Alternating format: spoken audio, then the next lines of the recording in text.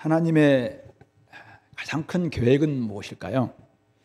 하나님이 이 땅을 향한 하나님의 큰 계획은 구약에서부터 계속해서 우리가 강조하고 있습니다마는 이스라엘 통한 온 세상의 구원, 신약적으로 이야기했다면 새 이스라엘인 교회를 통한 온 세상의 구원입니다. 결국은 하나님께서 이 세상을 사랑하사 독생자를 주신 것도 세상을 구원하시기 위함이죠. 그 구원 계획은 지금도 계속 진행 중에 있습니다. 2025년 우리 교회가 실제적인 복음 이야기를 써내려가는 것도 하나님의 이 큰 구원 계획의 일환으로 우리가 함께 한 모퉁이라도 담당해 보자, 그 지금 마음으로 이렇게 세웠습니다. 우리 세 가지 전략을 이야기했는데요. 첫 번째 전략은 공동체죠. 복음을 살아내는 역동적 공동체를 한번 만들어 보자. 두 번째는 복음으로 양육하는 다음 세대를 새로운 세대에 한번 만들어 보자. 세 번째가 복음을 전하는 실제적인 선교, 실제적인 전도 한번 해보자. 이게 이제 이 복음 이야기를 쓰는 세 가지 전략이다, 이렇게 말씀을 드렸습니다. 궁금한 거는 이거죠. 2025년 여전히 우리 교회가 또 복음을 전하는 실적 선교하려고 하는데 이 전략은 여전히 유효한가 이거죠. 아니, 이 전략은 여전히 하나님께도 합당한, 하나님께서 여전히 사용하시는 전략인가, 하나님께 마음에 합한 전략인가, 이거죠. 그런 점에서 우리가 함께 또 말씀을 한번 살펴보고 우리가 올해 진짜 실제적인 복음 이야기를 쓰기 위해서 복음을 전하는 실제적 선교 어떻게 하면 감당할까 한번 생각해 보겠습니다. 이사야 40장부터 66장은 바벨론 포로 상태에 있는 이스라엘을 회복시킨다는 내용입니다. 사명을 잃고 포로 상태에서 무감각하게 살고 있는 이스라엘을 구속하여서 결국 온 세상을 회복시키려는 하나님의 청사진이 이사야 40장부터 66장 27장에 걸쳐서 나타나고 있습니다.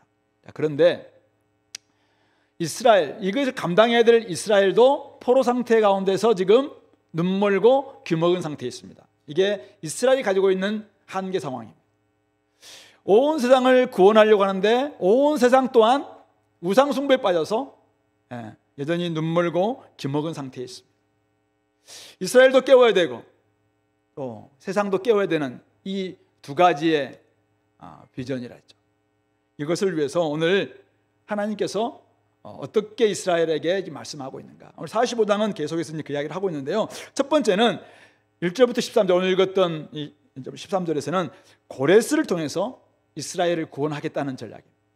고레스를 통해서 하나님께서 이스라엘을 구원하시겠다, 이걸 말씀하고 있고, 그 다음에 14절부터 25절은 이스라엘을 통해서 온 열방을 구원하시겠다, 이 두 가지 전략. 그리고 결국 하나님의 큰 그림의 일환으로 오늘 고레스를 사용해서 이스라엘을 구원하시고, 또 이스라엘이 회복되면 이스라엘이 본래 자신의 사명을 감당함으로 말미암아 모든 열방들이 주께로 돌아오게 만드는 그런 이야기를 여기서 나누고 있는 것입니다.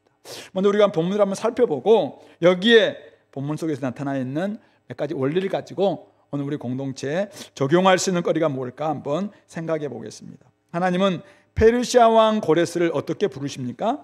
44장 28절에서는 고레스에 대해서는 이르기를 내 목자라, 이렇게 했습니다. 내 목자다, 바로 양떼들을 인도할 목자, 바로 내가 쓰는 목자다, 이렇게 이야기했는데 오늘 45장 1절에서는 여호와께서 그의 기름 부음을 받은 고레스, 기름 부음을 받은 자, 바로 히브리어로 메시아입니다. 메시아, 그리스도. 신약 헬라어로 보면 그리스도. 근데 메시아, 나의 메시아로 지금 고레스, 나의 메시아 고레스에 이같이 말씀한다, 이렇게 이야기하고 있습니다. 참 놀라운 일이죠. 그러면서 내가 그의 오른손을 붙들고 그 앞에 열국을 항복하게 하고 내가 왕들의 허리를 풀어서 그 앞에 문들을 열고 성문들이 닫히지 못하게 하리라. 어쨌든 이 고레스가 당시에 이제 바벨론, 또 메디아 다 이제 정복하고 나중에는 메데파사라는 나라를 통일하면서 왕이 되는데, 어쨌든 그런 일들을 감당하겠다. 그래서 주님께서 뭐라고 합니까? 내가 너보다, 고레스에게 이야기하는 겁니다. 너보다 앞서가서 험한 곳을 평탄하게 하고 논문을 쳐서 부수고 새빗장을 꺾고 흑암 중에 보화, 은밀한 중에 숨은 재물을 다 주어서 네 이름을 부르는 자가 나 여호와 이스라엘의 하나님인 줄 네가 알게 하겠다. 이렇게 이야기합니다. 왜 이렇게 하십니까? 나의 종 야곱, 내가 택한 이스라엘을 위해서 네 이름을 불러서 너는 나를 알지 못하였을지라도 네게 이런 칭호를 주었다. 결국은 이스라엘을 구원하기 위해서, 이스라엘을 회복시키기 위해서 지금 고레스를 부르시는데, 고레스 당시 상태는 하나님을 알지 못했습니다. 그런데도 불구하고 그에게 칭호를 주었다라고 이야기하고 있습니다. 5절에서도 나는 여호와라, 나 외에 다른 예가 없나니 나밖에 신이 없다. 너는 나를 알지 못하였을지라도 나는 너를 네 띠를 동일 것이고 해 뜨는 곳에서든지 해 지는 곳에서든지 나밖에 다른 이가 없는 줄을 알게 하겠다. 그렇게 이야기합니다. 나는 빛도 짓고 어둠도 창조하고 평안도 짓고 환란도 창조하나니 나는 여호와다. 바로 이스라엘의 하나님 여호와다. 이 모든 일을 행하는 자가 바로 나다라는 것을 이야기하면서, 하늘에게 위로부터 공의를 뿌리라 그러면 뿌릴 것이고, 구름에게 의를 부를지어다 그러면은 의를 부를 것이고, 땅이여 열려서 구원을 싹트게 하라 하고 공의도 함께 움돋게 하라 그러면은, 사실은 하나님의 이 창조주 하나님의 명령에 따라 다 움직일 수밖에 없는 것이죠. 그러므로 고레스 너 또한 나의 부르심에 응답해라 라는 것을 말씀하고 있는 것이죠. 자, 이게 지금 고레스에게 주시는 말씀인데요. 자, 그런데 9절부터 13절은 뭐냐면은, 이방인을 통해서 이스라엘을 구원한다는 이 계획을 만약 이사야가 딱 이렇게 알렸을 때, 그에 대해서 이스라엘 사람들이 하나님 감사합니다, 이방인을 통해서 우리를 구원하시다니요, 참 감사합니다, 이렇게 할 사람이 아무도 없어요. 다 그에 대해서 이게 말이 됩니까? 이방인 고레스라뇨? 다윗의 후손 중에서 메시아가 온다고 이야기했는데 무슨 지금 고레스라뇨? 이렇게 반문하는 사람들이 있을 겁니다. 그런 것에 대해서 오늘 주님께서 이제는 그들의 반문, 그들의 질문에 대해서 대답하시는 부분들이 9절부터 13절의 내용입니다. 질그릇 조각 중 한 조각 같은 자가 자기를 지으신 이를 더불어 다툴라면은 화하실진저. 즉 진흙에 불과한 존재가 토기장이에게 왜 당신 뭔데 이렇게 합니까? 이 이야기한다는 자체가 그건 이치에 맞지 않다는 것이죠. 그러면서 진흙이 토기장이에게 너는 무엇을 만드냐? 네가 지금 뭐하냐 이렇게 따질 수 있냐 이거죠. 네 만든 걸 보니까 너는 손이 없다. 지금 진흙이 토기장에게 이야기하는 게, 네가 저런 거 만든 거 보니까 너는 손이 없냐? 지금 손 가지고 뭐하냐? 이렇게 진흙이 토기장에 따지는 존재, 그런 존재가 있다면 화하실진저 이 말입니다. 그러면서 10절은 아버지 어머니에게 이제 자식이 따지는 겁니다. 아버지에게는 무엇을 낳았어? 나 같은 존재를 낳았습니까? 하면서 아버지에게 따지거나, 아니면 어머니에게 무엇을 낳으려고 해산의 수고를 하였습니까? 도대체 엄마는 왜 이렇게 나 같은 존재 이렇게 낳았습니까? 막 따지는 존재, 물을 수는 있겠죠. 그러나 그렇게 묻는다면 화하실진저 이렇게 이야기합니다. 이렇게 말씀하신 이유가 뭐예요? 바로 11절 때문이죠. 이스라엘의 거룩하시니 이스라엘 지신 여호와께서 이같이 이르시되 너희가 장래일을 내게 묻고 내 아들들과 내 손으로 한 일에 가여 내게 명령하려느냐? 그러면 내가 지금 이렇게 고레스를 통해서 막 일하려고 하는데 너희들이 나한테 지금 명령해서 내가 너희들 오다 받아서 내가 일하는 그런 존재냐 이거죠. 12절은 뭐랍니까? 내가 땅을 만들고 내가 그 위에 사람을 창조했고 내가 내 손으로 하늘을 폈고 내가 하늘의 모든 군대에게 명령이다. 내가 명령한 존재다. 내가 왜 고레스를 불러서 메시아라는 칭호를 줬느냐? 13절에 나와 있습니다. 내가 공의로 그를 일으킨지라. 공의의 도구로 그를 일으켰다는 것입니다. 그의 모든 길을 곧게 할 텐데 그가 나의 성읍을 건축할 것이고 사로잡힌 내 백성을, 바로 사로잡혀 있는 이스라엘 백성들을 값이나 가품이 없이 놓으리라. 그들이 고레스 칙령을 통해서 이들이 다 이제는 고국으로 돌아가게 만드는 그 칙령을, 바로 사로잡힌 내 백성을 값이나 가품이 없이 놓기 위해서 바로 내가 너를 공의로 일으켰다. 원래 구속, 그러니까 속량하려면 값을 지불하고 풀어줘야 됩니다. 근데 왜 이들은 값이나 가품이 없이 풀어줍니까? 70년 동안이나 이 값이나 갚음을 다 지불한 거예요. 그러니까 70년 포로 생활에서 이제는 고국으로 돌아가게 하는 것 자체가 이미 그들에게 이 공의라는 공의. 그래서 공의의 도구로 바로 고레스를 불렀다. 바로 고레스를 통해서 이스라엘을 구원하시는 것, 그것이 바로 나의 전략이다. 이렇게 말씀하고 있는 것입니다. 14절부터 25절은 이제 14절부터 19절은 이스라엘에게 주시는 말씀입니다. 야, 왜 이렇게 하는가? 왜 이렇게 하는가? 바로 단지 너희들만을 구원하기 위함이 아니라 온 세상을 결국 너희들에게 돌아오게 만들고 그렇게 함으로 말미암아 결국 온 세상을 구원하기 위함이다. 20절부터 25절은 그러면서 열방 중에 피난한 자들, 22절에 땅의 모든 끝에게 이야기합니다. 내게로 돌이켜서 구원을 받으라.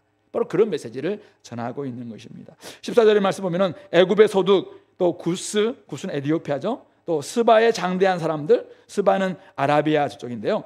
예, 어떤 내게로 이스라엘에게 건너와서 너에게 속할 것이고 그들이 너를 따를 것이다.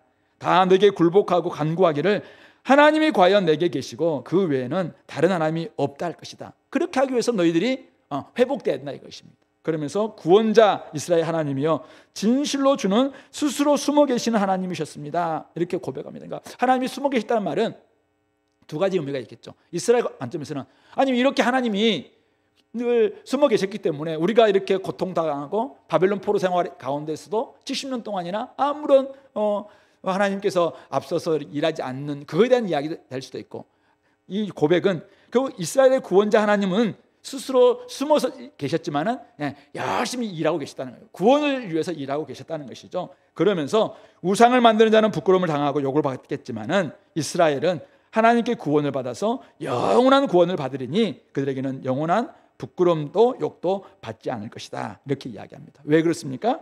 18절부터 19절에 나와 있는 하늘을 창조하신 그는 하나님이시고 그가 땅을 지으셨고 또 그것을 견고하게 하셨고 혼돈하게 창조하지 않으시고 사람을 거주하게 그것을 지으셨기 때문에 여호와 바로 그분만이 나 외에는 다른 존재가 없기 때문에 감추어진 곳과 캄캄한 땅에서 말하지 않고 야곱 자손 이스라엘에게 너희가 나를 혼돈 중에서 찾으라고 이르지 아니했다는 것이죠. 이미 하나님은 그들에게 다 말씀해 주셨습니다. 의를 말하고 정직한 것을 알려주셨다는 것이죠. 그러므로 너희들 이스라엘 너희들아 빨리 회복돼서 너희들의 회복됨으로 말미암아 나중에 하나님이 진짜 우리 구원자이자 창조주이심을 깨닫고 많은 사람들이 너희들이 돌아와서 진짜 너희들 가운데 살아계신 하나님이 우리의 하나님이고 창조주시구나 라고 고백하게 만들어라. 그러므로 지금 있는 자리에서 빨리 돌아와라 라는 메시지입니다. 그리고 20절부터 25절은 이제 열방을 향해서 이야기하고 있죠. 열방 중에 피난한 자들아 너희는 모여와서 함께 나아와라. 남무상 가지고 다니며 구원하지 못하는 신에게 기도하는 자들은 무지한 자들이다. 그러므로 너희들 바로 나 외에는 다른 이가 없다라고 이야기하시면서 22절 땅의 모든 끝이여 내게로 돌이켜 구원을 받으라. 나는 하나님이다. 다른 이가 없다. 그렇게 이야기하시면서 24절에 내게 대한 어떤 자의 말에 공의와 힘은 여호와께만 있나니 사람들이 그에게로 나아갈 것이라. 그에게 하나님께 노하는 자들은 부끄러움을 당할 것이지만은 이스라엘 자손들은 다 여호와로 말미암아 의롭다함을 받고 자랑하게 될 것이다 라는 이런 고백이 이제는 열방 가운데서도 주께 돌아온 사람들이 이렇게 하게 될 것이라는 것을 그들에게 말씀하고 있는 것입니다. 그러므로 결국은 오늘 이 전체적인 메시지는 고레스를 통한 이스라엘의 구원, 그리고 이스라엘 통한 열방의 구원, 이것이 지금 하나님의 큰 계획 속에 있으니까 지금 누구에게 이야기를 하고 있는 것입니까? 지금 바벨론 포로 가운데서 그냥 자포자기 내지는 눈멀고 기먹은 상태에서 자기의 사명도 자기의 종됨도 자기가 지금 증인됨이라는 이 사명도 잊고 있는 지금 이스라엘 향해서 지금 일으켜 세우려고 지금 이 이야기를 하고 있는 것이죠. 그런 점에서 오늘 이 말씀은 오늘 2025년 우리가 우리의 사명을 혹시 좀 잊고 우리가 이제 어떻게 앞으로 우리가 좀 하나님의 온 세상을 향한 구원 계획에 힘을 좀 보탤 수 있을까? 이런 부분들에서 다시 한번 좀 경각심을 가지고 일어나야 될 저와 여러분들, 우리 교회에게 주시는 메시지다, 저는 그렇게 생각합니다. 그런 점에서 이 메시지는 오늘 복음을 전하는 실제적인 선교 전략이니까 미션과 관련된 선교 전략에 저는 세 가지의 하나는 의미가 있겠다. M으로 시작되는 세 가지. 첫 번째는 미디어, 매체, 또는 뭐 수단, 도구라는 관점 속에서 우리가 첫 번째 의미가 있을 것 같다. 두 번째는 메시지, 우리가 전해야 될 메시지는 무엇인가에 대해서 의미가 있을 것 같다. 세 번째는 메신저로서 우리가 어떻게 해야 될 것인가, 이런 부분에서 의미가 있을 것 같다. 이 세 가지, 그래서 미디어와 그 다음에 메시지와 메신저라는 관점 속에서 이 말씀 한번 적용해 보도록 하겠습니다. 첫 번째는 미디어입니다. 자, 하나님의 일하시는 방식, 하나님의 일하시는 도구, 하나님의 일하시는 뭐 수단, 오늘 보니까 그거에 대해서는 우리가 마음을 넓히자, 생각을 넓히자라는 것입니다. 하나님께서 이스라엘을 위해서 이방인 고레스를 부르셨습니다. 그를 통해서 사로잡힌 내 백성을 위해서 값이나 가품이 없이 구원하기를 원하셨습니다. 그는 하나님을 몰랐지만 하나님은 그에게 칭호를 주셨고, 그를 통해서 이제는 페르시아 왕이 되게 함으로 말미암아 이 일을 감당하도록 하셨습니다. 이런 하나님의 방식에 대해서 이스라엘 백성들은 문제제기할 수 있어요. 문제제기를 하고 있는 것이죠. 아니, 어떻게 우리를, 하나님의 선택된 백성 우리를 위해서 저 이방인들을 쓸 수가 있냐, 어떻게 이방인 왕을 통해서 그에게 뭐 원래 왕과 제사장과 선자에게 기름 부어 주셨던 그 메시아라는 칭호를 어떻게 줄 수가 있느냐라고 뭐 반박할 수도 있겠죠. 한 번도 생각해 보지 못한 일이고 예상하지 못한 방식이기도 하기 때문에 이해는 됩니다. 하지만 돌아보면은 전례가 없었던 것은 아니죠. 언제 하나님께서 이방인을 통해서 유대인들을 회복시키는 일을 감당하셨죠? 언제? 룻기에 보면 나와 있습니다. 모압 여인 룻을 통해서 유대인 나오미, 유대인 보아스를 통해서 또 다윗 계보를 잇기도 하고, 진짜 나오미라는 이름이 정말 기쁨의 이름이었는데 철저히 젖는 자 때문에 마라가 될 수밖에 없었던, 고통 가운데 쓰디쓰는 고통 가운데 있을 수밖에 없었던 이 나오미를 이방인 룻의 헤세드를 통해서 회복시키는 모습, 이런 모습들을 우리는 룻기를 통해서 발견하게 됩니다.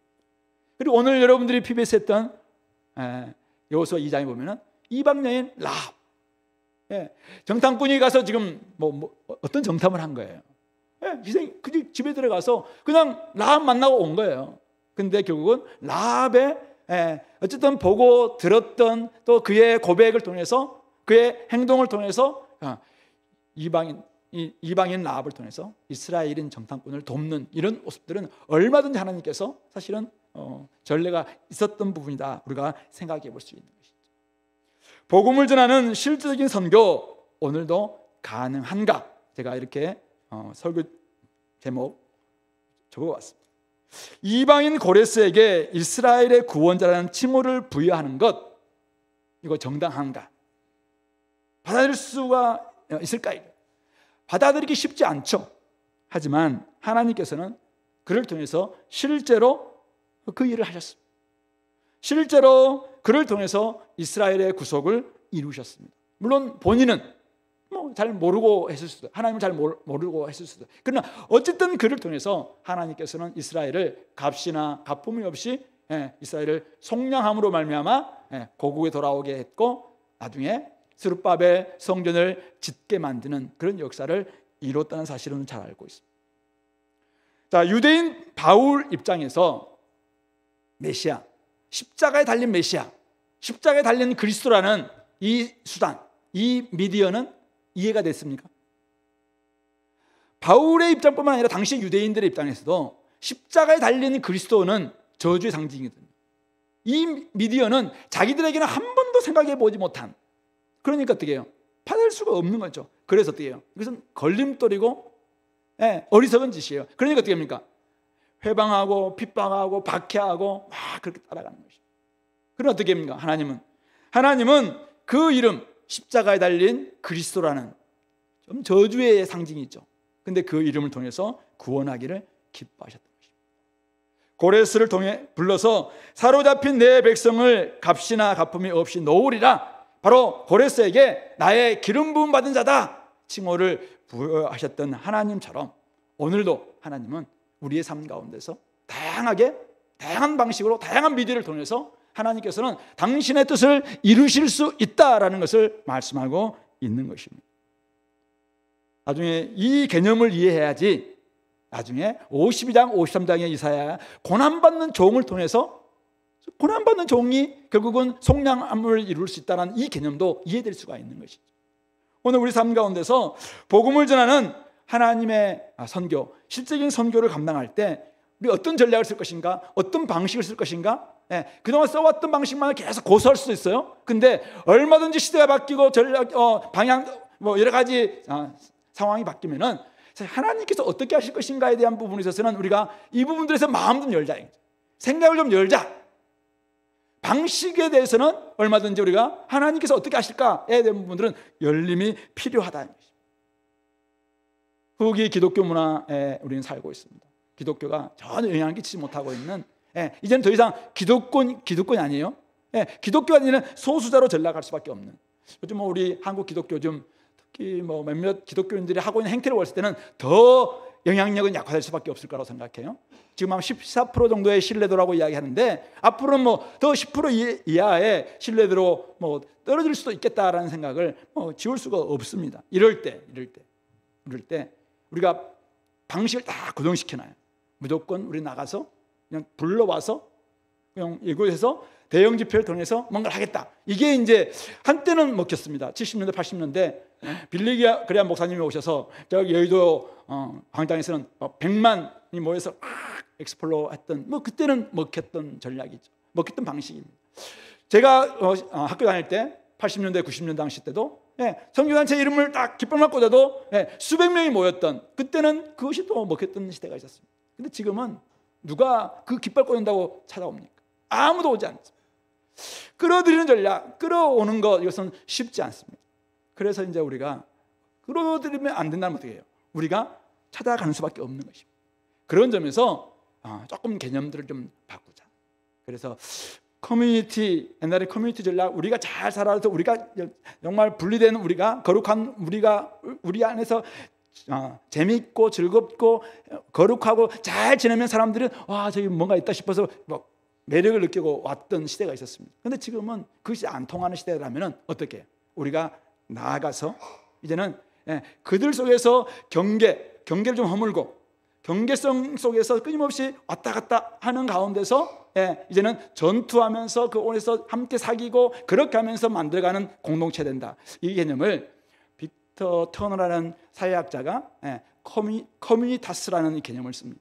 그러니까 결국은 전투하는 공동체적 전투하는 겁니다. 사람들과 함께 수없이 만나고 경계 속에서 왔다 갔다 하면서도 끊임없이 그들과 함께 사귀고 그들과 함께 먹고 그들과 함께 의자하고 그러면서 나아가는, 결국은 우리가 G7 선교팀이라든지 우리 전도팀이라든지 팀들은 사실은 함께 우리끼리 모여있는 커뮤니티가 아니라 커뮤니타스의 개념이죠. 열심히 전투하고 그러면서 그럴 때 훨씬 더 우리 안에 공동체성은 더 강화될 수밖에 없는 이런 모습이라는 것입니다. 이것을 옛날에 학교 다닐 때 두꺼비 전도 전략과 도마뱀 전도 전략이 한번 들어보셨죠? 두꺼비는 이제 가만히 있으면서 오는 어떤 벌레나 있으면 해만 딱 해가지고 딱 잡아먹는, 이게 전략이라면은 도마뱀은 좀 막 돌아다니고 위험 있으면 코를 딱 자르고 도망치고 막 이렇게 하면서 하는 이제 이 전략. 그래서 우리가 가만히 앉아서 기다리면 장점도 있습니다. 정착, 자기의 이제 딱 세계가 안정되니까 안정도 되어 있는 것이죠. 그러나 또 누군가 오기 때문에 올 때 다 이렇게 그들에게 잘해주면 되는 이런 수동적인 부분들은 없잖아 있고, 근데 도마뱀은 끊임없이 이동하고 유동적인 도망도 치기도 하고 하면서 적응해야 될 또 다른 또 적응도 필요하고 하지만은 열심히 다니는 유연적인 이런 부분들을 좀 강조하고 있는 이런 모습이라고 생각합니다. 올해 우리 교회가 노방전도팀, 캠퍼스 연합전도팀, 구역 연합전도팀, 캠퍼스 전도팀, 여러 가지 우리 전도팀이 있는데요. 이 전도팀에 참여를 하되 다양한 방식으로 한번 참여해보자고 이야기했습니다. 그냥 기도만 하기 위해서 출석만 하기도 하고, 아니면 전도하기도 하고, 아니면 참여하지 못한다면 자기가 뒤에서 또 재정적으로 후원할 수 있는 방식도 있을겠죠. 뿐만 아니라 우리 안에 이제 여행 좋아하시는 분도 있고, 또 러닝도 좋아하면서 좀 러닝 크루도 생겼다 하고 이런 게 있으니까 이런 걸 통해서 열심히 우리가 한번 누구 안 믿는 사람들을 만나는 이런 시간들을 통해서 거기에서 우리가 믿고 있는, 알고 있는 그런 이야기들을 같이 하다 보면은 언젠가 그들이 궁금해할 때, 또 교회는 나오기는 뭐하다면은 그 근처에서 자기들끼리 함께 모여서 또 한번 이야기할 수 있는 그런 점에서 저는 올해 우리가 부서 데이, 구역 데이를 신설하면서 3개월에 한 번 정도는 우리 구역 데이, 부서 데이를 통해서 그때 교회 오기는 하는 사람들, 때로는 뭐 조금 더 멀리 가서 아니면 캠프에 가서 그곳에서 친구를 초대하기도 하고 가정을 초대하기도 하고 이렇게 하는 부분들도 필요하지 않을까, 이런 생각을 하게 되는 것이다. 저는 뭐 아이디어가 별로 없어서 이 정도 생각했지만 여러분들에게는 다양한 미디어를 사용할 수 있는 무궁무진한 지금 잠재력이 있잖아요. 그런 점에서 우리가 할 수 있는 조금 유연한 이 전략들이 뭐가 있을까, 방식은 무엇일까, 미디어가 어떻게 사용할 수 있을까, 이것을 한번 고민해 봤으면 좋겠습니다. 마이클 고인이라는 분이 쓴 교회 소명이라는 책에서 뉴비긴의 선교적 교회론을 이분이 다루면서 5가지 증언의 방식을 제안합니다. 다 알고 있는 내용이에요. 근데 한번 들어보신다면 결국 우리가 복음을 전해야 됩니다. 근데 전할 때 우리는 전한다는 우리가 말로만 전한다고 생각하잖아요. 그냥 말로 전하고 삶으로 전하고 또 뭘로 전하고, 전하는 방식이 5가지가 있다. 이분이 이제 그렇게 이야기합니다. 첫 번째가 공동체 구별된 삶이 복음을 증언할 수 있는 첫 번째 미디어다, 방식이다라고 이야기합니다.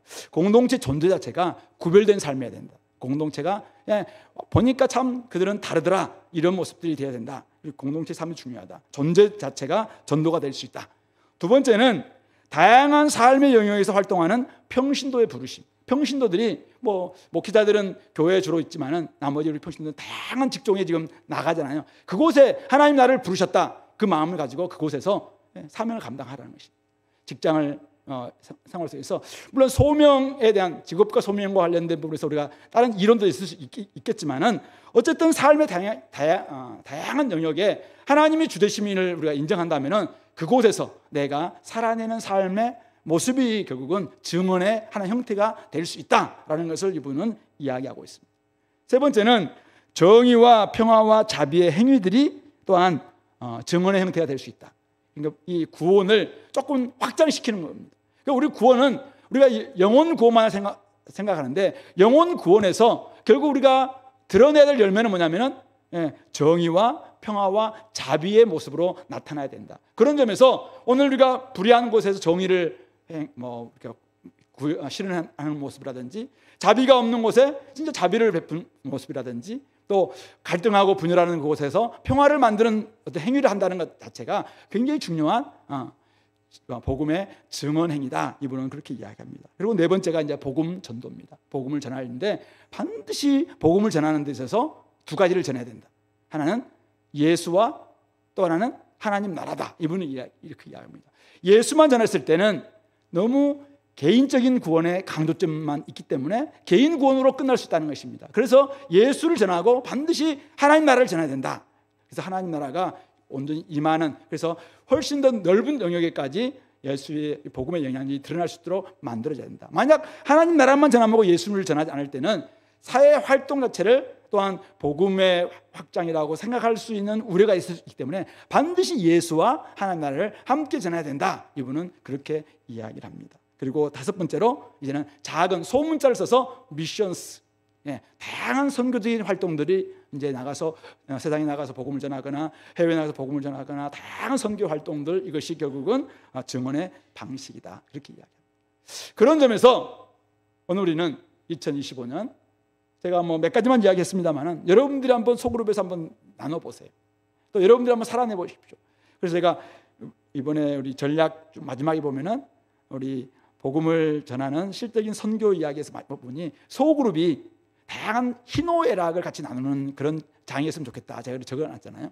이렇게 살아보니까 막상 해보니까 쉽지 않겠죠. 근데 기쁨도 있을 거라고 생각해요. 다양한 기쁨과 슬픔과 또 어떤 분노와 또 아픔과 뭐 이런 것들을 같이 나눌 수 있는. 그러니까 살아보지 않고 뭐 우리가 나눈다는 것은 뭐 사실 똑같겠죠. 그러나 막상 해보니까 쉽지 않더라. 해보니까 또 이런 기쁨이 있더라. 해보니까 참 이 시대가 이렇게 악하더라. 이런 이야기들을 자기의 삶 가운데 다양한 방식으로 한번 해보고 소그룹에 돌아와서 그런 것들을 보고할 수 있는. 어쨌든 우리의 이 미디어가 조금 더 확장될 수 있도록, 미디어가 나온 김에 우리 진짜 미디어 선교도 한번 생각해 보십시다. 그래서 우리가 오늘날 필요한 것이 있다면 자기가 잘하는 글과 그림과 또는 여러 가지 기술을 가지고 또 미디어 안에서도 실질적인 선교를 할 수 있는 이런 것들이 우리 가운데 있다면 얼마든지 우리는 다양한 미디어를 통한 하나님의 구원을 이루어갈 수 있겠다라는 사실. 두 번째는 메시지입니다. 메시지. 오늘 우리 반복적으로 여러분 아까 우리 읽을 때 반복해서 들리는 문장이 어떤 것이었습니까? 문구가 있다면은 나는 여호와라 나 외에 다른 이가 없느니라. 바로 이런 메시지였죠. 오늘 5절 고레스에게 주시는 말씀도 나는 여호와라 나 외에 다른 이가 없나니 나밖에 신이 없느니라. 6절에서도 해 뜨는 곳에든지 해 지는 곳에든지 나밖에 다른 이가 없는 줄을 알게 하리라. 나는 여호와라 다른 이가 없느니라. 이렇게 얘기합니다. 이스라엘을 부르시면서도 우리 18절입니다. 18절 보시면은 대저 여호와께서 이와 같이 말씀하시되 하늘을 창조하신 이는 그는 하나님이시니 그가 땅을 지으시고 그것을 만드셨으며 그것을 견고하게 하시되 혼돈하게 창조하지 아니하시고 사람을 거주하게 그것을 지으셨으니 나는 여호와라 나 외에 다른 이가 없느니라. 열방을 향해서도 우리 21절에 보시면은 열방의 피난한 자들을 향해서 이렇게 이야기합니다. 쭉 이야기만 뒷부분에 나 여호와가 아니냐 나 외에 다른 신이 없나니 나는 공의를 행하며 구원을 베푸는 하나님이라 나 외에 다른 이가 없느니라. 땅의 모든 끝을 향해서도 오늘 22절에 보시면은 나는 여호와라 다른 이가 없느니라 명확하게 이야기하고 있습니다. 이스라엘에게나 고레스에게나 열방에게나 오직 여호와 하나님만이 유일무이한 창조주시고 구원자시다라는 이야기를 명확하게 이야기하고 있습니다. 유대인이나 이방인 누구나 들어야 될 메시지가 있다면 그것은 무엇입니까? 너희들도 너희들의 신도 맞고 우리의 신도 맞다. 이게 우리가 전해야 될 메시지가 아닙니다. 오직 하나님은 유일한 하나님은 이스라엘을 창조하시고 우리를 창조하시고 온 땅을 창조하신 여호와 하나님 야훼 하나님 한 분밖에 없다. 바로 이것이 우리가 전해야 될 메시지입니다. 굉장히 배타적인 메시지죠. 그런데 이 복음이 보편적인 대상을 향해서 모든 사람을 향해서 나아가야 될 메시지. 결국은 창조주 하나님, 구원하신 하나님이 유일하신 여호와 하나님 한 분밖에 없다. 이 메시지를 전하는 것이죠. 모든 사람을 품어야 하지만 하나님만이 창조주시고 하나님만이 구원자시라는 이 메시지는 우리가 포기할 수가 없는 것입니다. 그런 점에서 논쟁이 있을 수 있겠죠. 얼마든지 논쟁이 있을 수 있어요. 그래서 오늘 하나님은 오늘 열방 중에 피난한 자들을 향해서 너희는 모여와서 함께 나와서 나무 우상 가지고 있는 너희들 무지한 자들하고 이야기하면서 너희들이 한번 알리고 너희들도 한번 진술하고 너희들이 한번 의논해 봐라. 너희들이 한번 맞다면 한번 이야기해 봐라 하면서 이사야를 통해서 하나님께서 이야기합니다. 그런데 아무리 이 일을 예부터 듣게 한 자가 누구냐, 이전부터 알게 한 자가 누구냐 한번 대답해 봐라. 나 여호와가 아니냐 논쟁을 합니다. 논쟁을 하는데 결국은 이 메시지는 명확하게 하나님 외에는 없지 않느냐 그들을 설득해내는 것이죠. 그러니까 나중에 돌아와서 하나님께만 공의가 있고 하나님께만 능력이 있습니다 라고 이야기하면서 다른 신을 하나님께 노하는 사람들은 부끄러움을 당하겠지만은 하나님께 나와서 구원을 받는 이스라엘이야말로 자랑하게 될 겁니다. 이런 고백이 나올 수 있는 것이죠. 그런 점에서 우리는 논쟁, 논증할 수 있고 해야 됩니다. 근데 설득해내야 됩니다. 설득하지 않는다면은 그들은 믿지 않을 겁니다. 근데 설득은 어떻게 할 수 있느냐? 아리스토텔레스가 설득의 3요소를 로고스, 파토스, 에토스라고 이야기했습니다. 아무리 로고스가 내용이 좋다 할지라도 전하는 사람의 에토스, 윤리가 받침되어 있지 않으면 또 그들에게 전달되는 감성적인 요소인 파토스가 전달되지 않으면 사람은 설득되지 않는다고 이야기했습니다.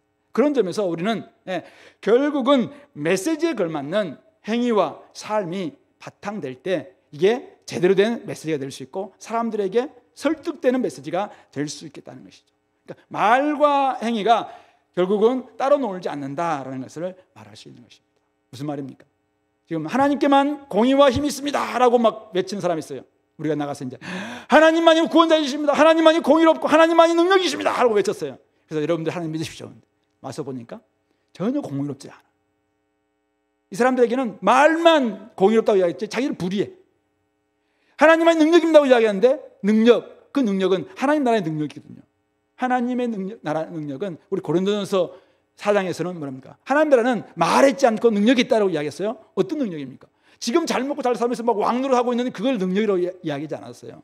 고린도 교회가 그런 잘못된 능력에 빠져가지고 그냥 사람들로부터 욕 듣고 있는 거 있잖아요. 그런 향해서 우리 바울은 세상에 비천한 존재가 되었고 세상의 구경거리가 되면서 철저히 섬기는 능력이잖아요. 너희들은 강하지만 나는 약하고 너희들은 배부르지만 나는 배고프고 이런 걸 이야기하면서 결국 하나님 나라의 능력은 이미 가지고 있지만 그것을 가짐을 뽐내는 게 아니라 가짐을 섬기는 거죠. 베푸는 거잖아요. 그것이 바로 능력인데 그 능력을 보일 수 있는 사람이 사람들에게 야, 하나님은 이런 분이십니다라는 이야기가 설득될 수 있다는 것입니다. 이게 안 돼 있으면 안 된다는 것이죠. 그런 점에서 우리가 첫 번째 전략, 복음을 살아내는 역동적 공동체, 이 전략은 세 번째 전략인 복음을 전하는 실질적인 선교의 일환이어야 되고 하나의 보증이 돼야 되고 또 하나는 증거가 돼야 된다. 막 사람들이 복음을 열심히 막 다양하게 전했어요. 그래서 이제 사람들이 왔는데 보니까 공동체가 자기들이 막 싸우고 있고 함께 전혀 이 안에서는 복음에 역사하지도 않고 그냥 이 땅의 가치만 막 있고 그러면은 그들이 뭘 믿을 수 있겠니? 그런 점에서 이 유일하신 하나님, 유일하신 구원자 이 메시지는 우리가 딱 견지하되 이것에 걸맞는 파토스와 에토스, 행위와 윤리 이런 부분도 같이 곁들여야 된다. 그럴 때 이 메시지가 힘이 있고 사람들을 설득해낼 수 있다. 이것을 우리가 한번 우리에게 가르쳐 주시는 것 같습니다. 마지막 세 번째는 메신저입니다. 바로 여전히 교회가 세상의 희망이라는 자부심과 사명을 회복할 때 결국은 메신저가 이것을 회복할 때 결국 이 모든 것들은 가능할 수 있다는 것입니다. 이 말씀, 오늘 이사야 이 말씀은 포로 생활을 하던 이스라엘 백성들에게 전해졌다고 아까 말씀을 드렸습니다. 근데 이사야가 이 말씀을 처음 했던 때가 BC 700년경입니다. 그러니까 우시야 시대 조금 그 어간이라고 생각해요. 근데 그때 아무도 이 말씀 믿지 않습니다. 아니 이스라엘이 멸망한다고? 심판당한다고? 그리고 나중에 이스라엘 바벨론 포로 생활하다가 고레스를 통해서 또 회복된다고? 말도 안 돼! 막 이렇게 했죠. 그래서 나중에 이사야 선지자는 전설에 의하면 므낫세 왕에 의해서 난도질 당해서 순교당했다라고 할 정도로 그렇게 할 정도로 이 메시지는 인기 없는 메시지였어요. 그런데 BC 539년 그로부터 약 160년이 지나고 난 다음에 진짜 고레스가 통일합니다. 천하를 통일하죠. 그리고는 고레스 칙령을 발표합니다. 다 돌아가서 너희들의 빨리 가서 성전을 지어라 라고 했을 때 이 말씀을 듣고 있었던, 이 말씀은 살아났지만 이 말씀을 들었던 이 이스라엘 포로맨들, 바벨론 포로맨들 어떤 생각이 들었을까요? 도대체 이게 뭐지? 이 혼란스러운 상황 속에서 역사의 주권자가 하나님이시구나 라는 것을 혹시 인정했던 사람들은 고레스 칙령 앞에서 제가 돌아가서 회복 그 일에 앞장서겠습니다 하고 일어났겠지만 여전히 이게 뭐지 하면서 그냥 거기에 빠져있던 사람들은 바벨론 페르시아로 바뀌었네 하면서 그곳에서 또 잘 먹고 잘 사는 삶으로 그냥 가지 않았을까 이거지. 그런 점에서 지금 여전히 눈멀고 귀먹은 상태에 빠져있는 이 바벨론 포로인 이 이스라엘이 회복되는 것, 이것을 위해서 지금 이 말씀을 하고 있는 것입니다. 그러므로 교회가 일어나야 된다. 교회가 회복되지 않고서는, 교회가 좀 다시 한번 일어나지 않고서는 이 메시지 자체가 여전히 그냥 공허한 메아리가 될 수밖에 없다라는 것입니다. 지금 이스라엘은 패배한 상태에 있습니다. 그런데 오늘 하나님의 메시지는 뭐냐면 이스라엘 패배가 여호와 하나님의 패배는 아니라는 것입니다. 오늘 교회가 욕 듣고 있는데 그것은 교회의 실패는 하나님의 실패가 아닙니다. 뭐가 문제입니까? 교회가 본질을 잃었기 때문입니다. 교회가 사명을 놓쳤기 때문입니다. 교회가 자부심을 버리고 세상을 닮아갔기 때문에 그렇습니다. 그러므로 메신저인 교회가 다시 한번 본질을 회복하고 사명을 다시 붙잡고 자부심을 가지고 일어날 때 세상은 하나님의 계획대로 교회를 통해서 온 세상이 회복될 수 있다는 것을 말씀하고 있는 것입니다. 그런 점에서 오늘 메신저인 이 이스라엘은, 메신저인 교회는 회복돼야 됩니다. 일어나야 됩니다. 오늘 우리 교회도 마찬가지입니다. 2025년 우리가 해야 될 일들, 하나님은 온 세상을 사랑하고 있습니다. 누구를 통해서? 하나님은 일하시고 계십니다. 세상에서 다양한 방식으로 일하실 겁니다. 또 하나님 나름대로의 고레스를 통해서 막 일하실 수도 있겠죠. 근데 하나님은 교회를 세상에 세우시면서 너희는 세상의 빛이다. 너희는 세상의 소금이다. 너희들이 이 불을 등경 아래 두지 않고 등경 위에 두는 것은 온 동네를 비추기 위함이다. 이렇게 이야기했습니다. 우리가 착한 행실을 통해서 많은 사람들이 하나님이 살아계시고 하나님이 정말 그러신 분이구나, 하나님께 영광을 돌리는 그런 삶을 살아내야 되는 것입니다. 세상에 다른 구원하실 분이 있다면 얼마든지 우리는 관심이 없어도 괜찮아요. 근데 세상에 오늘 메시지는 뭡니까?